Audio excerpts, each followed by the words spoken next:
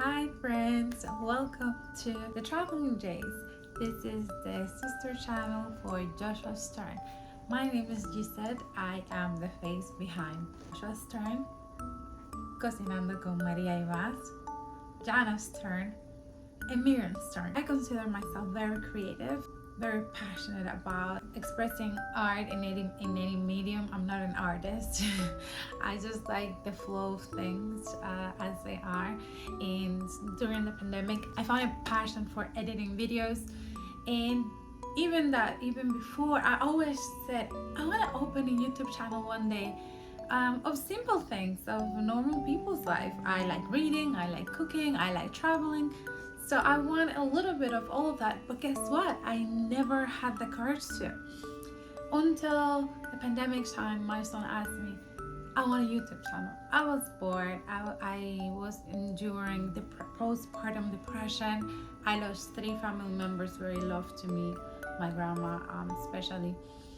And I was in a dark hole. So I didn't know what to do with a 4-year-old stuck in a New York apartment, and I said, you know what, why not? We started doing a YouTube video and then editing and then learning how do you upload videos in YouTube, how do you do a channel, how do you put a name, how do you put sounds, and every day was a question with an answer that I had to investigate. The videos were low quality. I started recording with the cell phone vertical instead of horizontal. So the first videos didn't have music, they were a mess, but they were so much fun. I had the best fun with my son behind cameras. Moving forward, we reached our first 1,000 subscribers. I got so much better editing. I encouraged my mom, who had a Facebook channel, and she's monetized on Facebook, but I've always been the back end. Telling her do this, what videos to do, learning how to do the monetization process on Facebook, editing videos for her, for my son, for our channel. And I let my little channel idea to just die. Also, have a passion for reading since I was little. Surprisingly, I know how to read since I'm 2. Yes, I know how to read since age 2, believe it or not. I've always loved reading and was afraid of getting in front of a camera and showing my idea. Why don't I just get in front of the camera and say what I have to say? There are 1,000 videos of people spreading negative thoughts, saying negative words, giving the sense that everything going around in the world is negative when we are billions of human beings just living our normal life and the people with the negative voices being the loudest. So I said, you know what, in this sea of voices, I will allow mine to come through. And someone, my niece, who inspires me every day, who inspired me to write my book, who inspire me to be a warrior and get up and find meaning to this world, has a condition called ataxia telangiectasia. And through that, I've met wonderful people. One of these people, he's called Colten J. And he will be my first book review. Colten J. has ataxia telangiectasia, same condition as my niece. People who have this condition have predisposition of having cancer, lymphoma, or leukemia. Also, their movement getting impaired. That's where ataxia comes from. Most of them end up in a wheelchair by age 10. They have problems with speech, problems writing, feeding themselves, etc. Here comes this guy who life handled him they say when life gives you lemons, you make lemonades. Life gave him a lemon farm, and he took that opportunity to make lemonade that he will spread all around. So basically, he explains briefly how he turned hardships into blessings, literally what the title says. This book is not written by an experienced author. I believe this is his first book, and it's not your traditional inspirational book by writers that get quotes and studies, psychological studies and research of success and improving your life. This is a human being that had to endure real life issues, not I lost my money and I came from zero, or everyone they I'll turn their back on me. This is I have a condition that affects my physical ability, that affects my health, that affects my capacity of communicating and moving. And I decided that instead of taking this and live a bitter life, I will take this as an opportunity to create the life that I want. He came to this realization. We can go through life bitter, or we can make the most out of what we have. He got cancer at age 16. Imagine being a teenager and thinking your life was over. He fought really hard against his cancer. He doesn't go into great detail of his dark feelings. He embarks instead on situations in his life that gave him a kick of joy. For Colten, making friends out of strangers has been one of the gems of his life, and he was able to find wonderful people that help him realize many of his dreams, which are going to baseball games. He's a Boston Red Sox fan. He went to see once a game, and he just started a conversation with a lady that arranged for him to meet the players, and he just goes about how he realizes that we are a community, and that when you meet people, they can be a blessing to you, or you can be a blessing to them.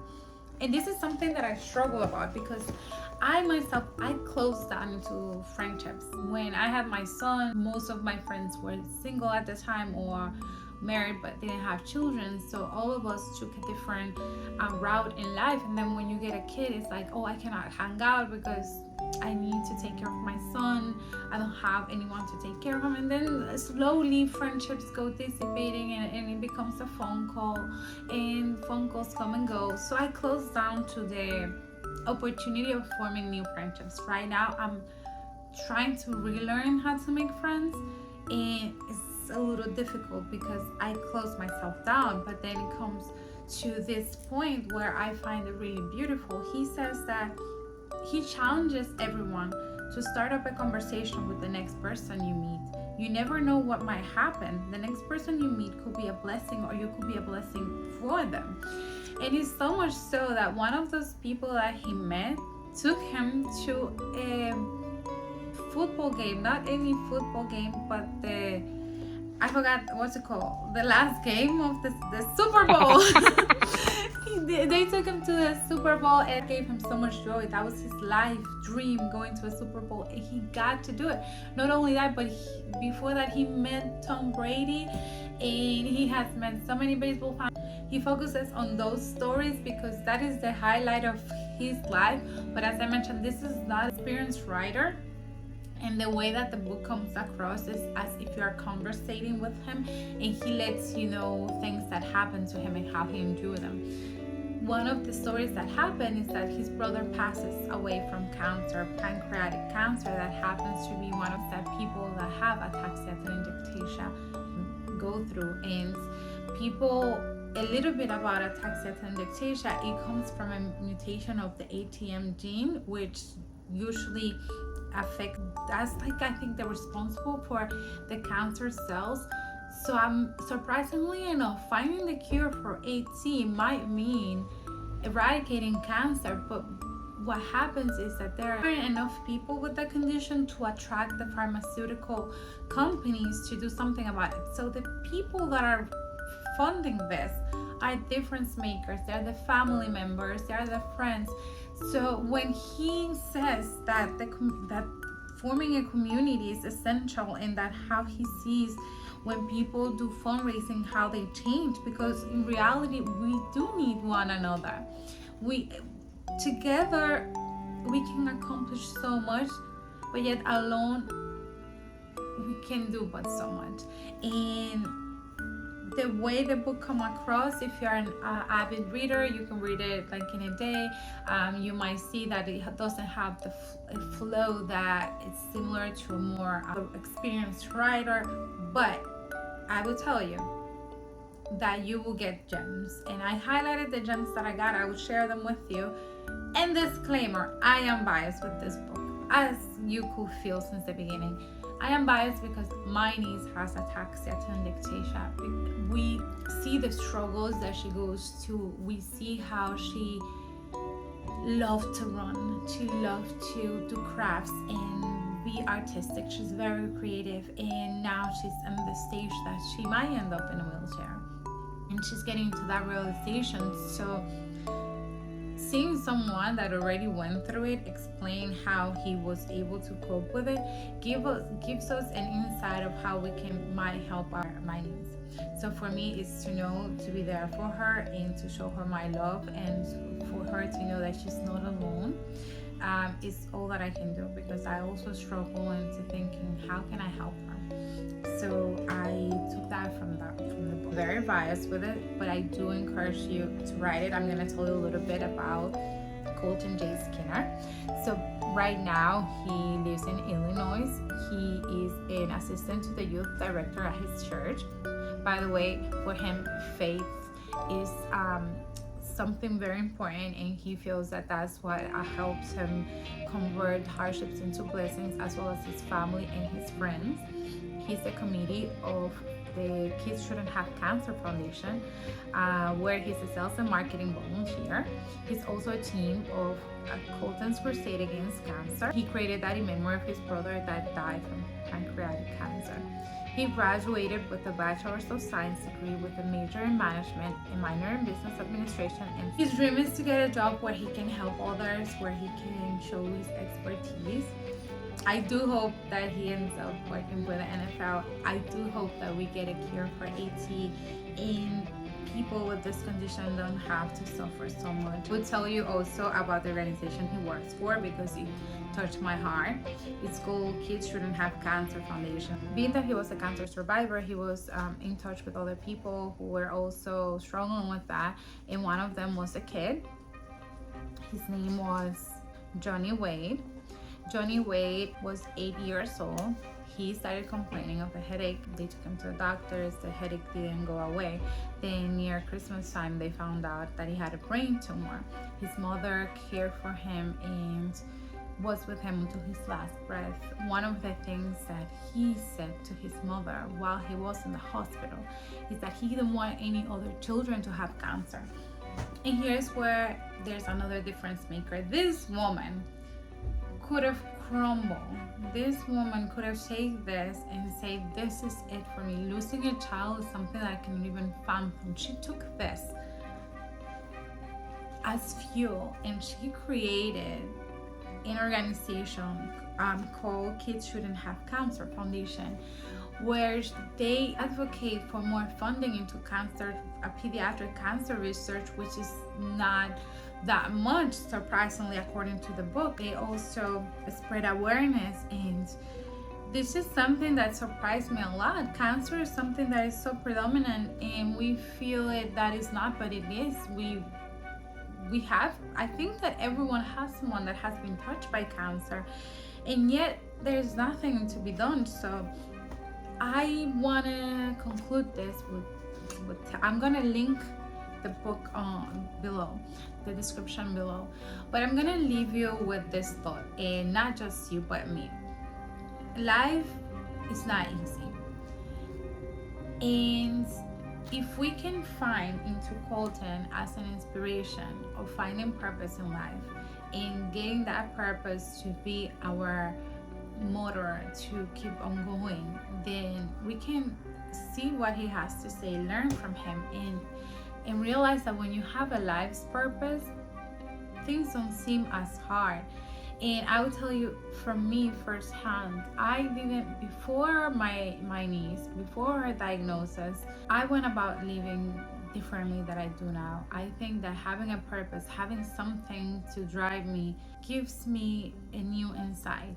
Not just wake up, not just to sleep, to go to sleep, same circle of working, getting up, eating, and a rat race that they call it, but knowing that all of us have the power in our hands to be difference makers, to get angry at something, to work on something, to make a difference, even if it's a smile to your neighbor, even if it's removing a garbage from the street. We can all do something in this world to make a difference and to make it better. You can sit there and complain and feel that life is so hard. Yes, it is, but what are you gonna do? Let life just kick you to the ground? Guess what? When you're on the ground, the only way is up. So I'll give you my hand to help you get up. If you need inspiration, as I mentioned, this is not really detailed, but it can give you gems. It can give you gems of how he sees life. Maybe you get something out of it. And don't give up. Find a purpose. Find something that drives you. Find something that makes you angry and that you can solve. Maybe you have the answer. And stay tuned for the next book. And I'm so happy that I did it. Please tell me what you think below if you have any other. And the next book that we will discuss is The Book of Joy by the Dalai Lama and Desmond Tutu. So I feel so excited. I did it. I did it. That's it. I'm not living on my head. I'm not living inside my head anymore. I'm coming out of my life inside to the outside world, and I'm proud of you. I'm proud of myself. I'm proud of myself. Bye guys. Comment below what you think. Thank you to all the AT warriors that always inspire me to be better, and thank you, Colten. I hope you get the book. Bye.